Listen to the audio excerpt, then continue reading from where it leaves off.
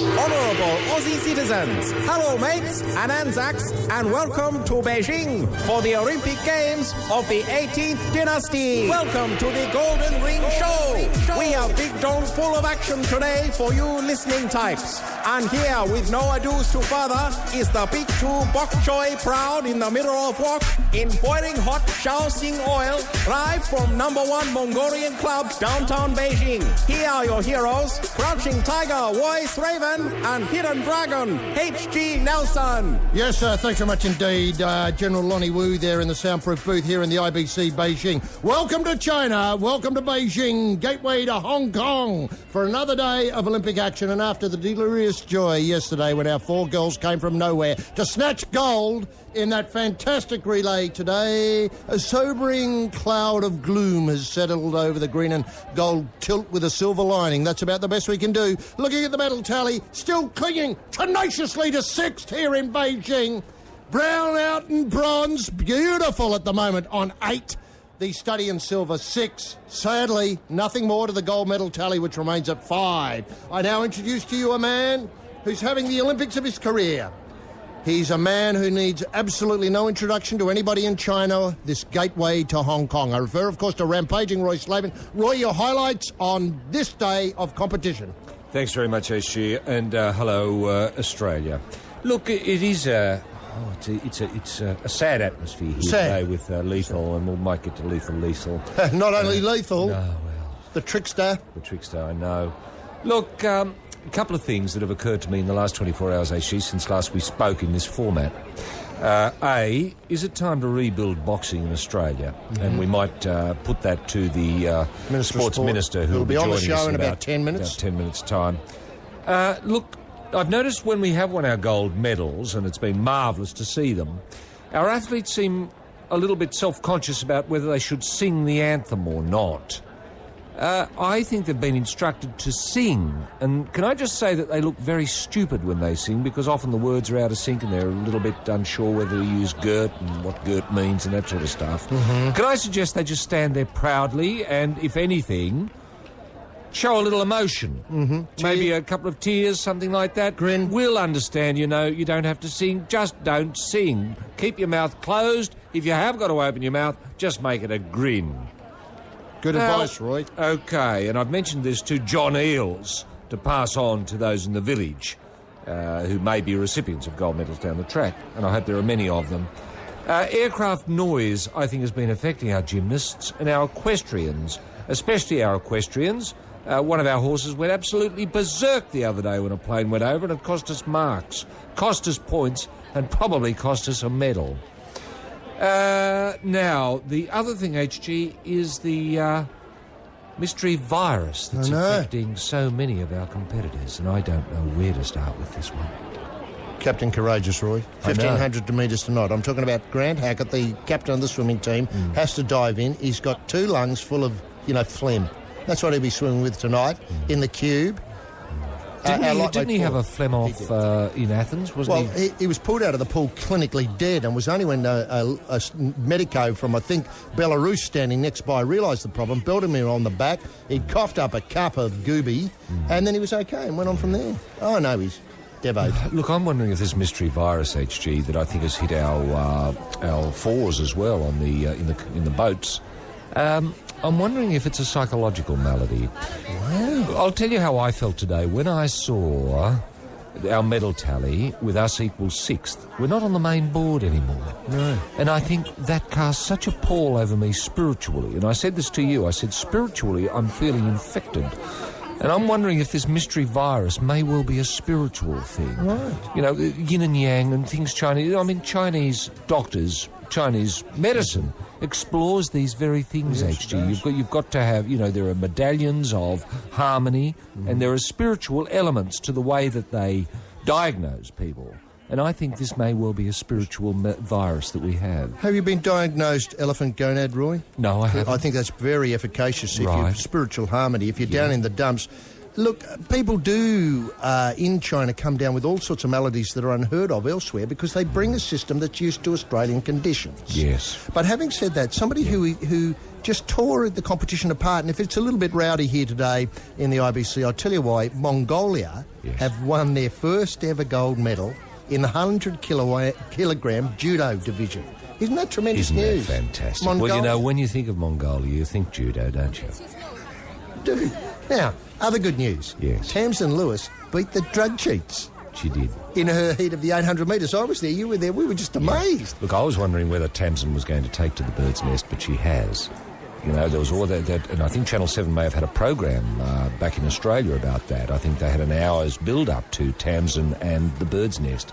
How will she feel? Bunny Bar took her through, walked around, I think, the track and gave it the thumbs up, said she felt comfortable there, and we all breathed a bloody sigh of relief there, because if Tamsin's relaxed, she can push it. Now, they say it's a very quick track. You've run that track. Is that your impression? Look, as I ran quick it as the pool?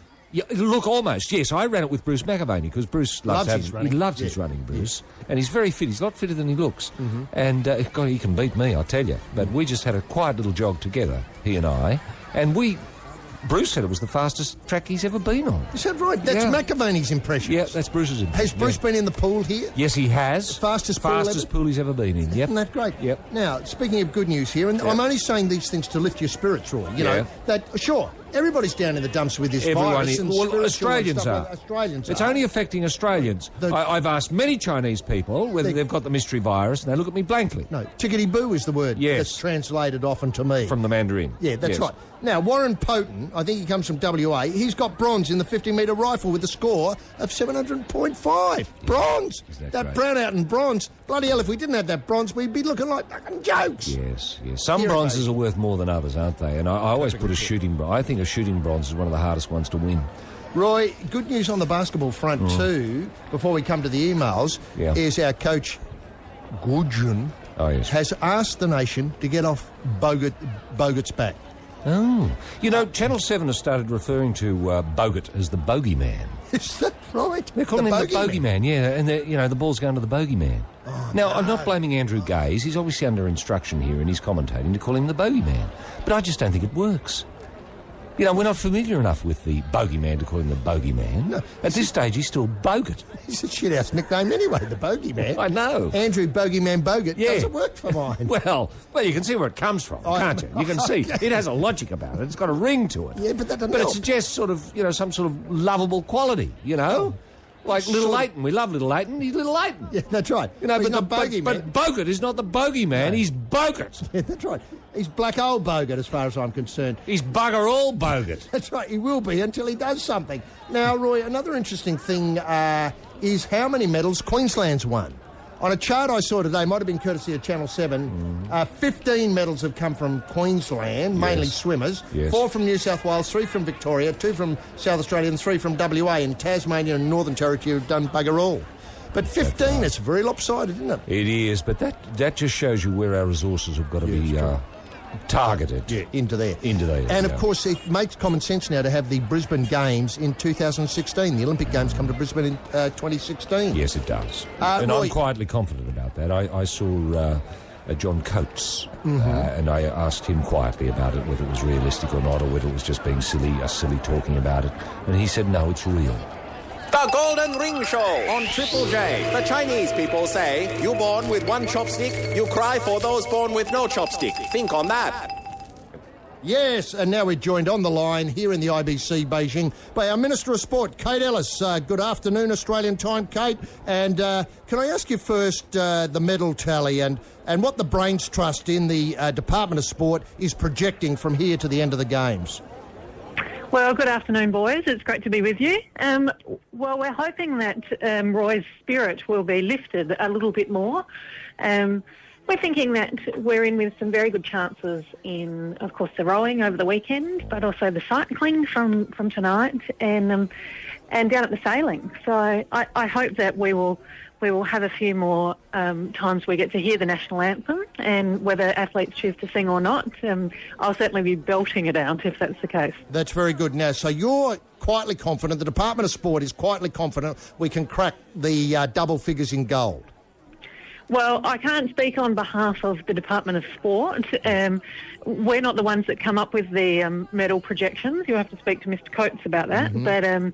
But I certainly am backing our athletes to have a good week coming up. Now, obviously we put all this stuff on from the Australian perspective. Apart from winning medals, the idea is to get fat, unfit kids into sport by dreaming about competing at the Games.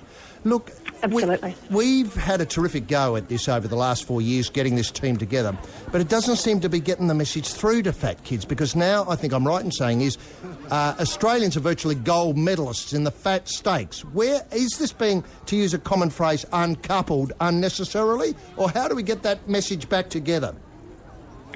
Well, I think that we can't rely solely on our athletes being great role models, but that is an important part of it. But I think we also have to look at ways that we can get out into the schools, get people running and jumping, catching and throwing, and I think there's no doubt that when the Olympics comes around, people look at their screens or have a look down at the amazing performances going on and think, I'd like to grow up and be the next Stephanie Rice or whichever sport it may be. So I think it is an important part of it. Well, I certainly noticed our equestrian team, I think Megan Jones in particular, was very vocal in suggesting that the silver medal that the team won would encourage people right across Australia to get involved with the horse sports at the Olympics, which is great. But of course then, where would kids, say, living in, I don't know, the suburbs of Canberra, keep their horse? In the backyard. But then they might run into trouble with the local council, who wouldn't like the horse there. A lot of us live in high-rise. Now, could they train a horse to stay with them on the balcony of their high-rise? I mean, there's a lot of problems here, and I don't see really that being an option. Is it possible for government funding to be redirected so as kids can have more horses? Well, I think that this silver medal might really create some enormous challenges for us going forward, but I'm on the case, and I'm willing to have a look into finding some solutions so that... A perfect answer, I would have thought, Kate Ellis. And now here's a couple of questions from Roy. Yes, Minister, great to link up with you. Look, I spoke with John Coates this morning, and he is calling for a lot more money to go into our Olympic effort going forward. Now, at the moment, we're looking at about $14 million per medal. I think that's a sound and wise investment. Can we see that being punched up maybe an expectation of, say, $25 to $30 million per medal? Well, I hope that the way that we work in our sports funding is never based on the medals that they deliver. We know, for example, that the medals in team sports are significantly more expensive just as a result of training and supporting, whether it be 10, 15 or 20 athletes, plus, of course, the 10 that might not make selection onto the team, as opposed to training one person in the swimming or the athletics. So it varies a lot from sport to sport, but it's something I have no doubt we'll be sitting down with Mr. Coates and discussing further, and certainly we'll want to work with them going forward. Oh, yes, indeed, going forward, indeed. Now Minister, just leaving sport aside just for a moment, have you had a chance to talk much about Tibet? Are you a free Tibet person?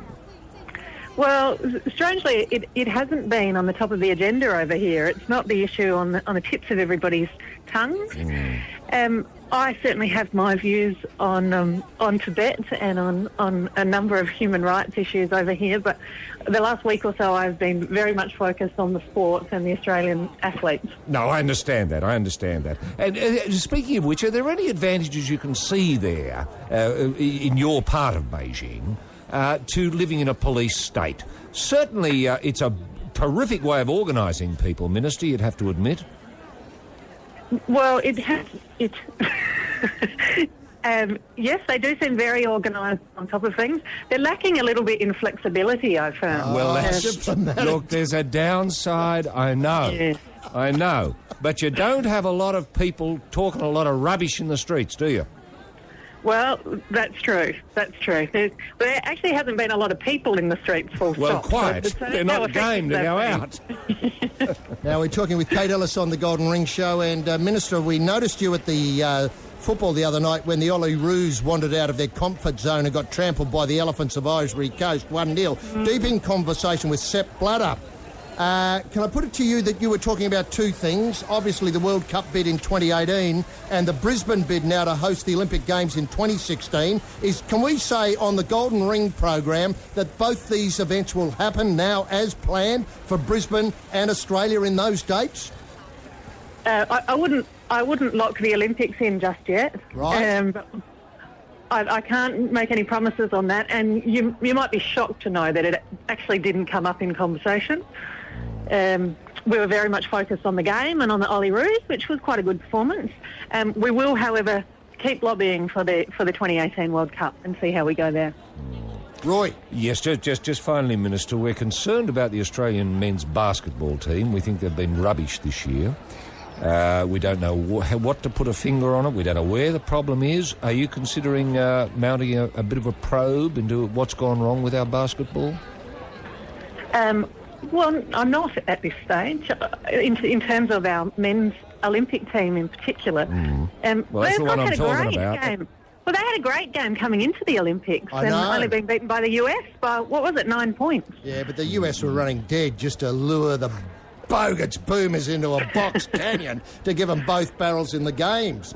I know, we've been devastated by the big raps before they went in and the pathetic performances they've delivered. These two matches, I mean, they beat Iran. When was the last time they beat Iran quite easily, but when was the last time Iran was a power in world basketball? I mean, I don't want to put you on the spot. I'll tell you, it's 60 years since Iran's had a basketball team. And I tell you what, I don't want to put you on your spot, but you cannot name your top 10 Iranian basketball players here and now. Fact. You're right about that. Our women's basketballers are certainly making up for them. Look, the Opals, no. Well, they've got a killer attitude. I know. They've got that killer instinct with Lauren Jackson there leading from the front. But we don't seem to have that with the men. And I think if they were a horse, you'd have to have an inquiry. You'd have to sample them. There is something wrong there, Minister, and I think it requires a lot of attention because they've cost us a lot of money.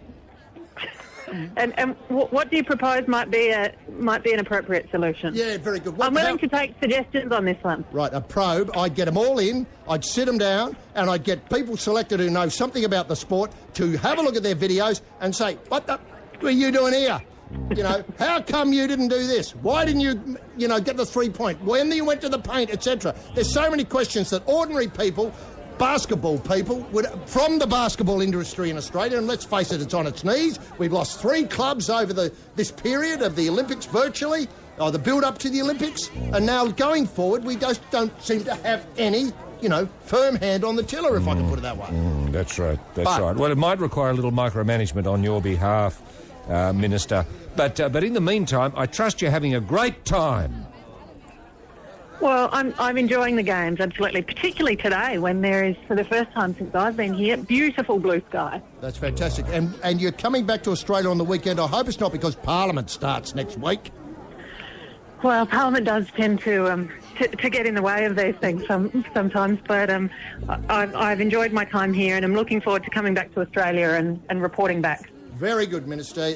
Thanks very much for being part of the Golden Ring Show this afternoon. We've been talking with Kate Ellis, the Minister of Sport in Beijing, obviously not a million miles from where we're broadcasting here in the IBC. The Golden Ring Show salutes Kevin Gosper, Duncan Armstrong, and legendary Herb Elliott. Back to you, Tigers. The People's Gift. And now on the Golden Ring Show, we force you to tell us what you learned. What is the prize and question, all-knowing hidden dragon? Well, thanks very much, General Lonnie Wu there. Look, the prize again, 2 shirts. 2 Golden Ring shirts. We might have one in M and one in L. So, obviously, the same routine as yesterday. Imagine when you get them, putting them on, and really enjoying that little bit of magic that the Golden Ring can happen at your place. Roy, have you Yes, I do have a question here, HG. Very simple one. Whose nickname should be Bugger All? Whose nickname should be Bugger All? And that number? And that number is 1300 555 36. So and of course, online there. And of course, look, can I just say... Well, you're completely confident in the Minister there, HG. I mean, is she going to conduct a serious probe into men's basketball or not? I mean, I got the impression that she thought we were joking. Well, Well, can I tell you now, it's not a joke? You know, just can I say I'm a little bit with the minister here though, because you know last time we called for a probe into men's swimming. We did. And obviously we found as though it was a bit Thorpe-centric, with a little bit of a touch-up from Hackett in the 1,500 metres. That's true. Now, at least this time, we have a much better spread of medals. We've got at least a couple of bronze in the blokes and at least 2 silver. No, Ricard, as a result of as a result of the probe. Yeah. But what I'm not sure about is how the probe happened. Obviously, behind the scenes, questions are asked, you know, what are you blokes doing? Don't you understand swimming? And all that sort of stuff. Now, think if we could maybe take it in camera a little bit. Just talk amongst themselves, you know, have a debrief, honesty, you know. Okay. Open session. Look, I'm prepared to let basketball solve its own problem if we think we're confident that basketball can do it. I'm not confident that basketball can. Understand. I think we need outside forces to get in there and turn the lights on, and let's see what's happening in the house they call basketball. Look, can I put it to you, though, Roy, that disturbing information has reached me from the shot put Oh, yes. that the blokes Aussie tilt is already over. What, before it started? Well, Martin and Anelzak, I think is how you pronounce it. Anelzak are both out in the qualifying. They're both out. No way. That's a cruel thing, the Olympics. You just get one shot at glory, and if you can't cut it, you're back on the plane. Mystery virus? Do we think mystery virus? No suggestion. They went and through. They just weren't good enough. Now, on the golden... We need a probe into shot putting. That's what I'm suggesting. Yeah, okay. Now, on the probe, on the golden ring this afternoon, we have Katie on the line from Wollongong. How are you today, Katie? Yeah, good, thank you. What have you been up to with the Olympics? You've been watching a lot? Oh, bits and pieces here and there. And a standout performance, have you got one apart from the opening ceremony? Oh, the swim by Stephanie Rice. Ah, very good. The original gold medal. The original, and of course, she backed it up with another. Yeah. And were you disappointed today with Lethal Liesel and, of course, the trickster, Dudden out? Yeah, a little bit. Thought they could have got there. Yeah, they looked as though they were winning at one point and then they just fell away at the end. But Liesel looks as though she might be mystery virused too, if I can turn that into a verb. But that's to be. Let Roy set out the question and have a swing at it. Yeah. Now, Katie, are you going to stay up tonight and watch it Friday night? You're going to stay with it all night? Maybe. Maybe, that's good. That's the attitude to have. Now, Katie, whose nickname should be Bugger All? Andrew Bogut? Yes. Absolutely right, yes, Katie. The 2 shirts from the Golden Ring show here from the IBC in Beijing, the gateway to Hong Kong. They'll be in the mail to you as soon as the Chinese post can get them there. You'll be able to receive them. In the meantime, thanks very much for being part of the Golden Ring show. Thank you. The Golden Ring Show on Triple J. The Chinese people say, you smoke too much, you live a wrong time. Think on that. Yes, Roy. Now, Gorgeron's call to leave Bogut alone. Can I suggest we wouldn't have got anything out of the bloke, against Iran, had we not been on his case? Indeed. If anything, we've lifted the bloke. I know. I know he's got the hump with you in particular. Oh, well, he would have. He has got the hump. He's got the hump with us, but you in particular. I know. Because he feels you've been unfair. Yeah. Well, that's fair enough. I may have been unfair, but look, as you point out... But who cares? Who cares? And as you point out, look at the success against Iran. Yes. 60 years. We made him look so ordinary. I know. We made him look like, they'll wish it's another 60 years before they get back to Olympic competition. I tell you what, we set Iranian basketball back 60 years. I hope so. That's tremendous. Now, Roy, of course, emails, and if you want to get in touch with us via the email, triplej.net.au/Dools and Linda. Yeah, look, I do have... Look, Stuart's been in touch with us, actually. He's suggesting a name for the Aussie softball team. He's suggesting the Belters. The Belters? Which isn't bad, the Aussie Belters. Oh, yeah. No, it's all right. It's not quite softball-centric, is it? It'd be better for our... I don't know. Our basketballers. Basketball. I was thinking of something with a touch of Psycho Killers in it. Oh, okay. Something that sort of has a little bit more attitude, a little bit more now than Belters. Now, Spud has been in touch. Spud, yes. He says, I'm absolutely devoted at the tilt of Big and Small coming to an end last night. Well, weren't we all? I thought Big and Small were going to have it all over them, but no, it wasn't. Who did Big and Small go down to? I really felt Small was on course for big things this tournament, given his tough... He went down to the Americans, the brothers, Yeah, that'll do. I've forgotten their names. Yeah, that's all right. But if you can remember one name, the other one's the same, because they're twins. I really felt Small was on course for big things this tournament, given his tough talk with Nadal So what's going on with our racket sports, he asks. We should have put this to the Minister. Tennis, badminton, table tennis, zilch. That's pretty good, though. He's suggesting an inquiry. Well, is he? Yeah. And, well, Jesus, And going to he be says, someone else here, Rob Clifford is suggesting, is Cadell Evans the Mark Webber of cycling? That's a bit unfair, isn't it? Bit unfair to Mark. Now, Roy, one thing that's occurred to me is now Phelps, and this disturbs me, Phelps has more gold medals than Australia. Oh, I suppose he does. Now, but I've got But an a email... couple of those are what I'd call piggyback. Oh, well, now, hang on. That's exactly my point. Dennis has emailed us, and Phelps, he's avoided the 100 metres and 400 metre freestyle because he knows he gets thrashed in both, unlike Thorpe, who won the 200 and 400 in Athens and bronzed in the 100 free. He did. How many individual Olympic freestyles golds has Phelps won in his entire career? The answer, 1. Yeah, one. Freestyle, remember? Yeah, freestyle. yeah. Thorpe and outdoor won Well, the 3 rest each. are comic relief, aren't they? I know. The others are comic relief. Nobody acts. Breaststroke, Nobody butterfly, acts. comic Minor relief. acts. Yeah. It's the Australian crawl. That's the number one swimming Now, stroke. As Dennis points out, it's a very, very thoughtful email. Even Spitz managed 2 freestyle medals. Is it possible that Phelps is actually just a dud? Well, I don't think he's a dud, Doesn't swim but I freestyle. think he's ordinary. I think he's ordinary when you compare him with Thorpe. I mean, Thorpe had the courage to go in the 200 and the 400. You know, he was prepared to stand up and be a freestyler. In fact, that's all he did. You never saw Thorpe doing backstroke or any of those comic relief.